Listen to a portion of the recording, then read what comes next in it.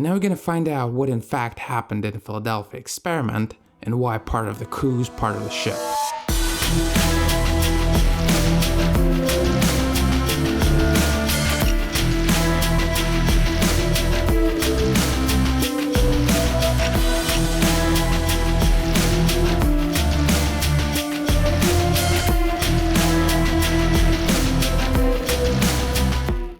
Pow, it's Magzel from Cabal. Everyone in life has had a desire to vanish into thin air, whether when they saw a check or after a bad joke. Scientists have been working on that tirelessly, but what at once, they almost succeeded. What went wrong then, conducting the Philadelphia experiment?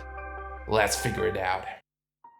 October 23rd, 1943. In the military port of Philadelphia, a secret experiment is being conducted on the American warship, the E-173 Eldridge. The consequences turned out to be unpredictable. The ship with the entire crew was covered with some green fog and began to vanish into thin air until it completely disappeared. At the same moment, it appeared in Norfolk, Virginia, over 200 miles or 320 kilometers from the area. Then it happened once again, and the ship returned to the place of the experiment. But the result was shocking. More than half of the crew simply grew into the ship, and their bodies were only partly visible. The rest of the team lost their minds. The very few survivors are still kept from prying eyes by the government. The crew literally grew into the ship. The phrase, part of the crew, part of the ship, has never been yet so true. Alright, what we got? At least 3 movies, more than 100 books, and just some incredible amount of information on the internet with various gossips. But you gotta find a thread in this maze to try to unravel this case. The story begins more than 10 years after the experiment. There once was a man named Morris Jessup. In 1955, he publishes a book, The Case for the UFO. A rather strange name. I won't even be surprised if the first argument is, well, let's start with the fact that they do exist. It's sure laughable, but I turned out to be right. That's exactly how it starts. For some reason, no one buys this book. Fools. Don't want to know the truth. But after a while, out of the clear blue sky, someone named Carlos Miguel Allende writes to him and says he has such shit that's way secreter than any flying saucer, and tells him the whole story of the Philadelphia experiment. Ta-da! You know, generally, I sure love mysterious cases that start with stories of some random person, but this one is special. There are interesting clues here. Firstly, Carlos Miguel Allende really was in the US Navy. The ship was called Andrew for a Seth, and as Carlos himself claims, he watched the disappearance of Eldridge directly from it. And he was freaking shocked, of course, but kept everything a secret so that the feds wouldn't have gotten him by the balls and put him in a nut house with the other survivors. And our author of a non-bestseller didn't give a shit about some psycho statement. Then a strange thing happens. The Office of Naval Research suddenly receives this Morris Jessup's book, covered with all sorts of colored pencils, as if a child had been frolicking. It was covered with nothing but the incredible story of the Philadelphia experiment. And of course, our author was immediately called to his office. And this is how it must have happened. Are you the author of that book? Yes, I am. And do you by chance know who vandalized your book? Oh, this psycho! I thought he's a complete idiot. It's not quite true. We, the US military, really did a top secret experiment and everyone there grew into the hull of the ship, and in general, it's all f***ed up. But you're a good guy. I've known you for a long time. We met 5 minutes ago. I trust you, so I told you everything. Now you can go. With no consequences. Ta-da! Morris immediately ran to all the newspapers and told everyone this incredible story. And it spread like wildfire. Understandable, unbelievable experiments on humans. What a coincidence. The government denies everything, and everybody knows that if it denies, then it's true. And if it doesn't deny, then it's also true. Yes, please. Could you tell, please, if you conducted the Philadelphia experiment? No, we did not. I officially declare it's all fiction, and there's a lot of evidence for that.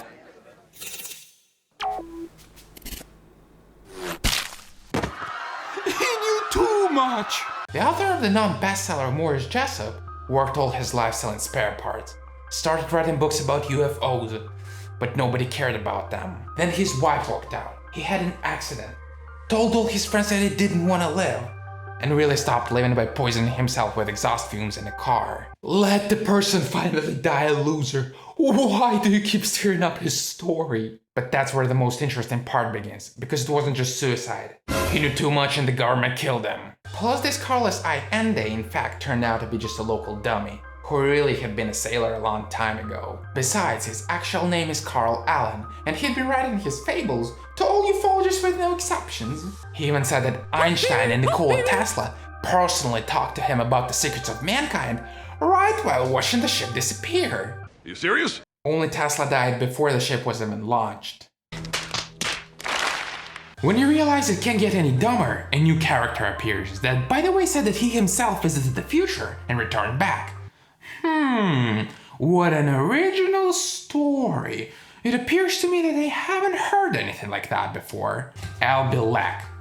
That sounds like I'll be back.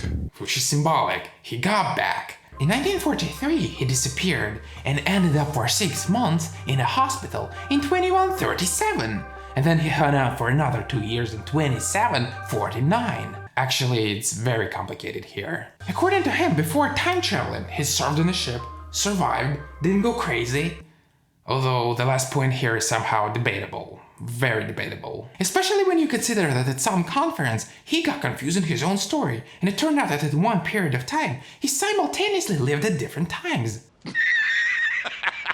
Of course, as it turned out in the end, he didn't serve anywhere. And now imagine that this Fantastic 3 was sent to us on purpose by the government, to cover up the experiment so that we would think that it never existed. But in fact, it was. Imagined? Disimagine. Because there's a lot of information about the ship and even more. All its stops and ports, all the dates, all the captains. Even the goofies can find it all. Alright, so that I'm not called a stubborn village idiot, let's approach it from a different angle. Attempt number 1. Let's say the experiment was conducted on October 23rd, but in fact from October 18th to November 1st, this particular ship was in New York. It's all archived. In general, this ship has a rather meager history, but the funny thing is, it's never been to Philadelphia. Ta-da! That is, one can arraign a conspiracy theorist parade just by finding one fact about the ship. I already predict. There is no way they're gotta be freaking wrong something here, try again. Okay, let's try again. Attempt number 2. What if everyone is lying and the ship actually was in Philadelphia? This is what the military report in Philadelphia looks like. An experiment of special importance was allegedly conducted in it. Top-level secrecy. And that for me personally casts doubt on the whole story in the first place, because here, ships disappear, some weird green glowing, and roughly speaking someone's playing golf across the road. Nothing surprising. Nah, I play golf every day and watch ships teleport and glow. Thank God, I thought I was the only one. I just happened to find out here that the Franklin Delano Park is located next to the military harbor. It's been a park since 1914, and the golf club was built in 1940. Across the fucking road! In 1951 it was sold to Greece and became known as Leon, and in 1999 it was dismantled altogether. The question is, how can you sell and disassemble what was involved in a secret experiment? There must still be people in the hole! Hey. Psst. Hey, bruh. Psst. Hey. My nose is itching. By the way, once the oldies who served on Eldridge got together, and this is what they said. What can you say about the Philadelphia experiment? It's all bullshit. And you were bullshit.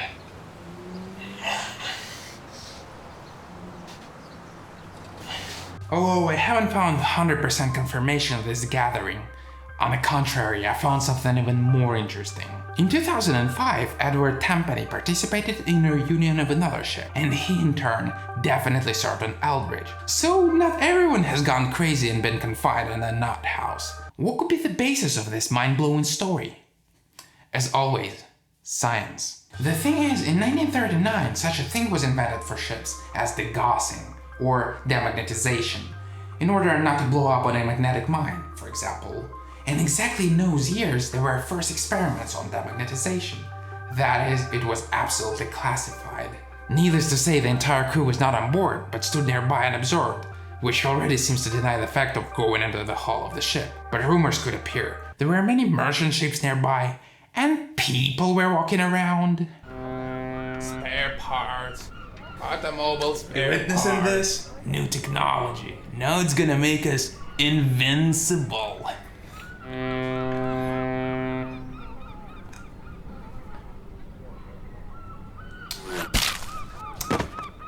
A thing of beauty.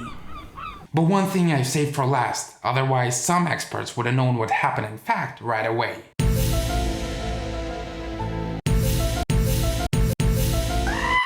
I personally do not understand how this story could become so popular. After all, it all started with the book, The Case for the UFO, which was written by a spare parts seller. It's called Good PR. I can't understand it. I want to believe that someone will be an author with a book, The Case for Cabal. But Reddit is kinda hard